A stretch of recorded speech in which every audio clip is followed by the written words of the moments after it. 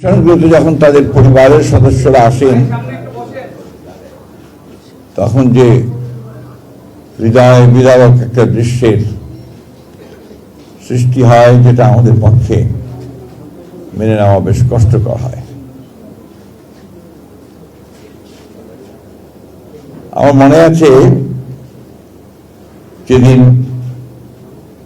তত্ত্বাবধায়ক সরকার বিধান বাতিল হলো সেই দিন মাহমুদুর রহমান সাহেব তার পত্রিকা লিখেছিলেন, সম্ভবত সেই দিন তার পরের দিনই, যে ফ্যাসিস্টদের পদধ্বনি পাওয়া যায়, ফ্যাসিবাদের পদধ্বনি পাওয়া যায়।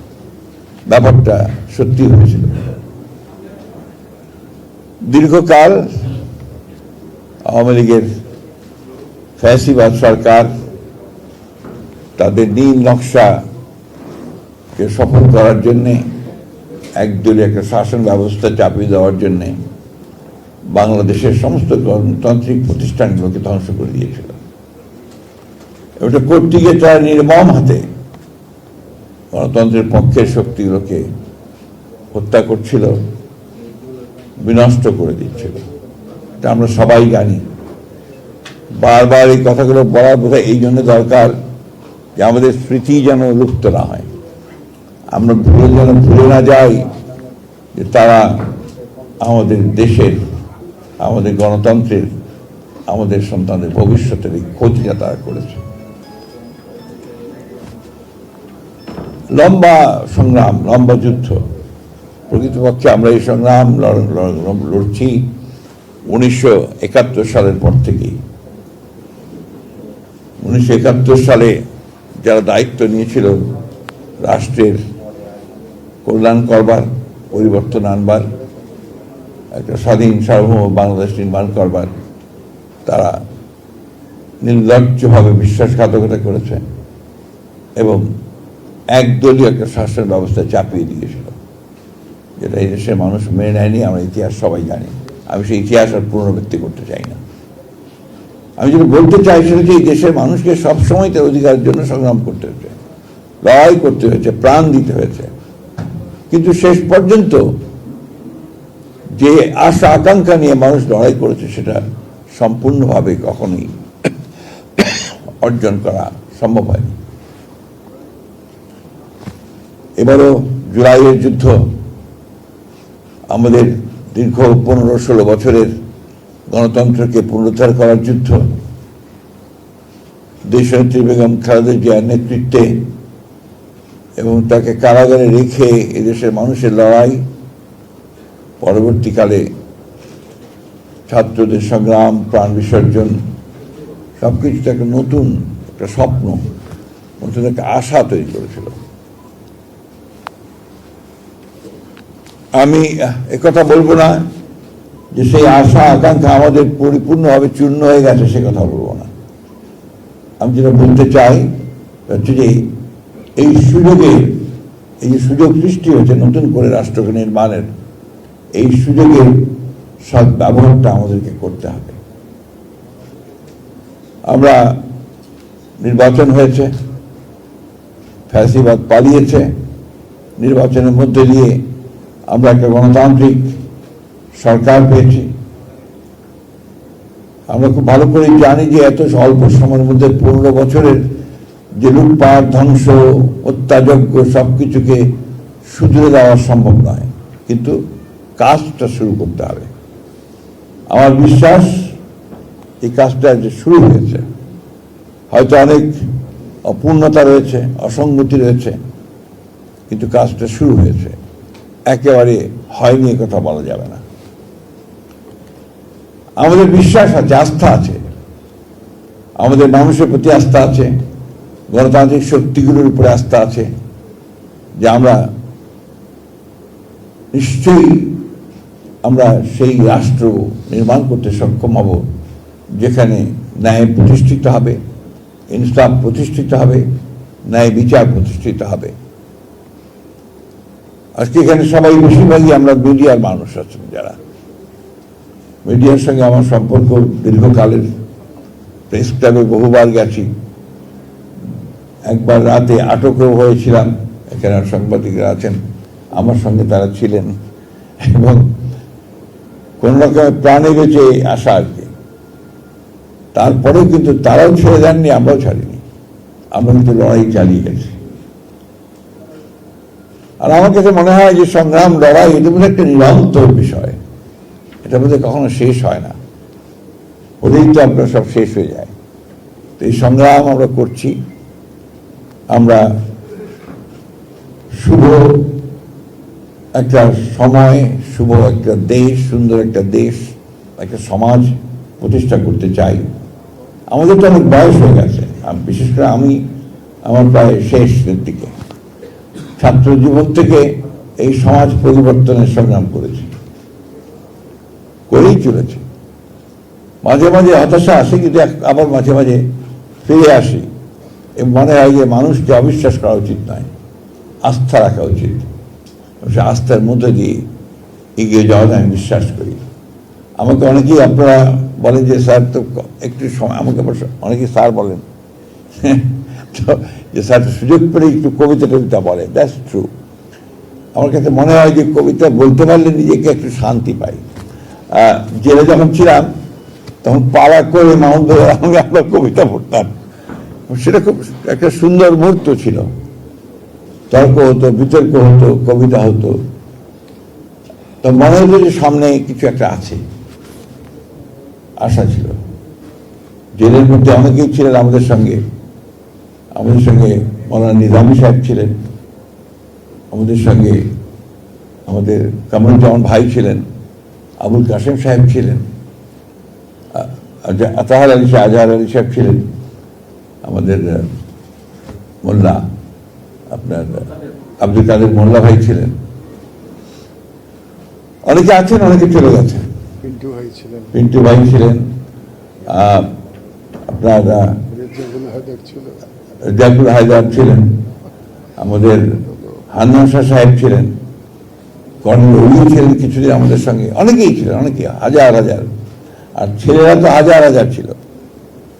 বিএনপি নেতাকর্মীদের বিরুদ্ধে ৬০ লক্ষ নেতাকর্মী, তারা, এটা বোধহয় পুরো গণতান্ত্রিক পার্টির মোট আসামির সংখ্যা ছিল ৬০ লক্ষ মিনিমাম, আর মামলা ছিল ১০০ লক্ষের উপরে।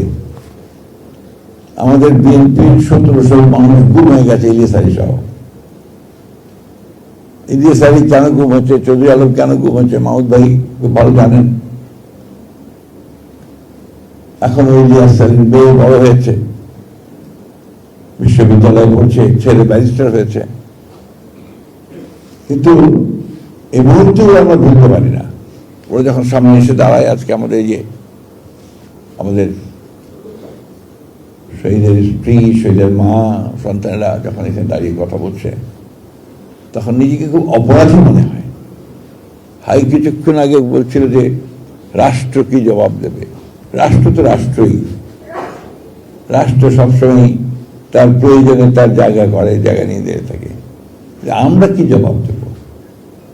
আমরা কিছুক্ষণ আগে আপনারাই বলছিলেন যে মিডিয়ার মানুষেরা, আমরা ওটা দেখতে চাই না, সেই তোষামদি, মোশাহেদি, এই জিনিসটা আর দেখতে চাই না। দুর্ভাগ্যজনকভাবে ওটাই আমরা দেখতে হয়। রাজনীতিতে একই ঘটনা ঘটে, আপনার আমলাতন্ত্রে একই ঘটনা ঘটে। Something is wrong somewhere. আমরা কেন না জাতিগতভাবে আমরা বেরিয়ে আসতে পারছি না এখনো, কেন জানি না। হয়তোবা সেই ধরনের একটা বড় ধরনের একটা বিপ্লব, যে বিপ্লবের মধ্য দিয়ে আমূল পরিবর্তন হবে, এটা নিয়ে মাহমুদের সঙ্গে তর্ক হতো, আমাদেরকে ব্লেম করতেন, বকা দিতেন। আমি তাকে একটা কথা বলতাম যে বিএনপি তো কোনো বিপ্লবী দল নয়, বিএনপি একটা it's a party of liberal democracy. আমরা একটা উদারপন্থী গণতান্ত্রিক রাজনৈতিক দল। আমরা বিপ্লব করি না, বিপ্লবে বিশ্বাসও করি না। আমরা নির্বাচন করব, নির্বাচন করে রাষ্ট্র ক্ষমতায় যাওয়ার চেষ্টা করব, যদি যেতে পারি তাহলে সেখানে জনগণের কল্যাণের জন্য কিছু কাজ করার চেষ্টা করব, 19 দফা দিয়ে, 31 দফা দিয়ে, এই সমস্ত করে। এখন আমরা কিছু কমিটমেন্ট আছে আমাদের, সেই কমিটমেন্টের মধ্যে 31 দফা বাস্তবায়নের কমিটমেন্ট আছে, জুলাই সনদ স্বাক্ষর করেছি সেটা বাস্তবায়নের কমিটমেন্ট আছে। আমরা চেষ্টা করছি এগুলোকে পুরোপুরি বাস্তবায়িত করবার জন্য। তো আমার খুব খারাপ লাগে, আমি আমার ব্যক্তিগত অনুভূতির কথা বলছি। আমি যখন দেখি যে কতগুলো বিষয় নিয়ে মানুষকে বিভ্রান্ত করার চেষ্টা করা হয়, তার মধ্যে একটু হচ্ছে জুলাই সনদ নিয়ে। জুলাই সনদ আপনারা বের করুন, যেটা স্বাক্ষরিত সব রাজনৈতিক দলের, যেটা এগ্রিড, সেখানে কিন্তু পরিষ্কার করে বলা আছে যে বিষয়গুলোতে আমরা একমত হতে পারছি না রাজনৈতিক দলগুলো, তারা যদি নির্বাচনের মধ্য দিয়ে রাষ্ট্র পরিচালনার দায়িত্ব যায়, তাহলে তাদের ম্যানিফেস্টো অনুযায়ী তারা কাজ করবে। এই বিষয়টা কিন্তু আমরা পুরোপুরি কেন জানি না অ্যাভয়েড করে যাচ্ছি। এই বিতর্কগুলো অবসান হওয়া উচিত, সেটা আলোচনার মধ্যেই হতে পারে নিঃসন্দেহে। আমি মনে করি সংসদের সুযোগ এসছে, একটা আপনার কমিটি তৈরি করা হয়েছে, বিরোধী দলের আমার আহ্বান থাকবে যে তারা আসবেন, এই কমিটিতে যোগ দেবেন এবং সংবিধানের যে বিষয়গুলো পরিবর্তন করা দরকার সেই পরিবর্তন করার তারা সহযোগিতা করবেন। আন্দোলন তো আমরা বহু করেছি, বহু, এবং রক্ত বহু দিয়েছি। সেই একেবারে আমি তো বলি যে আমরা 46 সাল, তার আগে থেকে 40 থেকে তৃতীয় সময় থেকেই তো যুদ্ধ করছি, লড়াই করছি। তো আমরা এবার দেখিনি আলোচনার মাধ্যমে পার্লামেন্টের মধ্যে একটা বিষয় আমরা আর পৌঁছাতে পারি কিনা।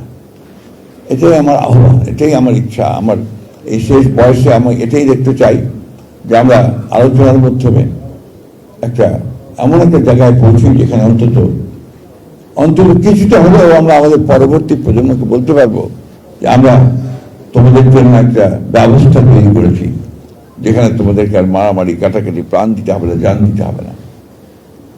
এই বিষয়গুলো আমরা চিন্তা করতে পারি। কিন্তু সবকিছু একেবারে নিগেট করে দেওয়া, এখান থেকে বোধহয় বেরিয়ে আসা উচিত, আলোচনার মধ্যে যাওয়া উচিত, আলোচনার মধ্যে দিয়ে কাজ করা উচিত বলে মনে করি। আমি আজকে আমাদের যারা এখানে আছেন, শহীদ মাতা, শহীদ স্ত্রী, শহীদের স্ত্রী, তাদের প্রতি তো আমাদের আসলে দায়িত্ব অনেক, কাজও অনেক। আমি ধন্যবাদ জানাতে চাই যে আমাদের মাহবুবুর রহমান ভাই তার উদ্যোগ নিয়েছেন, কাজ করছেন। সরকারের তরফ থেকেও কিছু কিছু উদ্যোগ আছে, হয়তো একেবারেই অপ্রতুল, তারপরেও সেই চেষ্টা করা হচ্ছে। আমরা চেষ্টা করছি যাতে দ্রুততার সঙ্গে আরও বেশি করে এই সমস্যাগুলোর সমাধান করা যায়, অর্থাৎ তাদের কাছে অন্তত দাঁড়ানো যায়, তাদের সামনে এইটুকু ব্যবস্থা করার জন্য। আমি বক্তব্য বাড়াবো না, শুধু এইটুকু বলতে চাই, সবশেষে কথা বলতে চাই যে হতাশ হওয়ার কোনো কারণ নেই। কারণ মানুষ পারে, বাংলাদেশের মানুষও পারে, পরিবর্তন আনতে পারে। সে পরিবর্তন আসবে বলেই আমি বিশ্বাস করি। ধন্যবাদ সবাইকে। আসসালামু আলাইকুম।